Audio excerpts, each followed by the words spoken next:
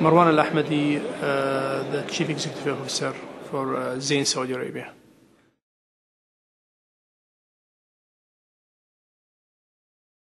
As a new operator, in general, of course, it's a startup with all the challenges that a startup would face in the general terms.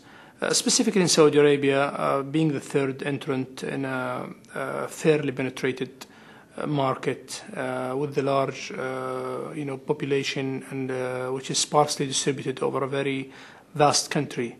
I think there's challenges in that respect, plus challenges, of course, in the talent market, ensuring that you get the right people, okay, and having them on board with all the logistics needed for visas and so on.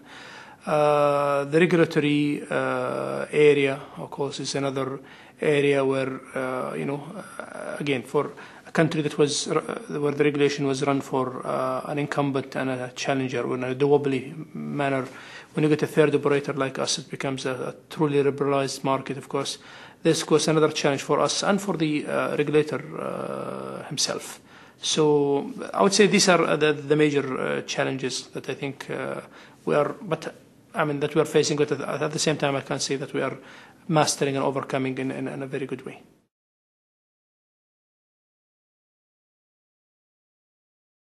I think the focus should be on number one, the segments that you're focusing on. Number two, the services that you're offering should really be based, on a very solid foundation of customer care and technical engineering superiority in terms of quality of the network and the services. On the other side, you have to also focus on the offerings themselves. There has to be innovative services, true value to the end user, and also very simple and transparent. And this is what our focus from the last two offers that we have launched, be it the launch of service offer, which is you pay this a month on you, a month on us, which is whatever you consume in the first month, we'll credit you for the second month with no exceptions whatsoever. We're not saying that, for example, you can only use it on net or whatever. So this simplicity and this very clear value to the end user will ensure that you get the best, the cream of the crops, I would say, the users or the high ARPUs.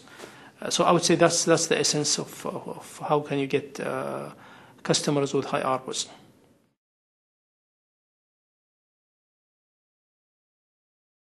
We have in Saudi, specifically about Saudi Arabia, we have three more fixed line operators, and we all know that the fixed line is moving more and more towards broadband services and less on voice. So expect that the tilt of the profile of the services will go in that direction.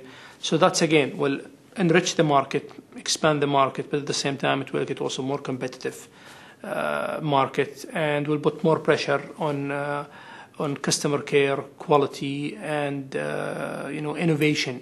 I mean, copying or following, I think, will no longer work, and we know this before we get into this market. That's why we focus from day one on innovation.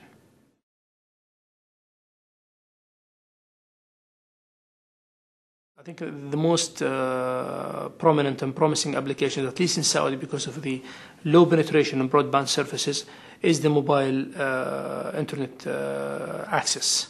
And there are other services as well, I think, which are very relevant to the Saudi market. But until now, I think neither us nor other operators are working on it. Like, for example, banking applications. If you know that Saudi Arabia comes next to the US in the total number of remittances that are issued, and in terms of value. So you can imagine what kind of market is that.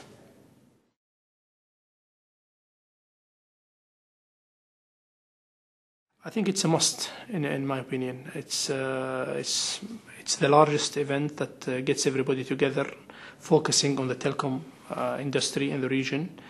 It's the exchange of information, the networking that happens, the relationships, sometimes even the initial phases of the deals or the closing of the deals that happens during this event. I believe makes it a very important event for the region, and I hope that.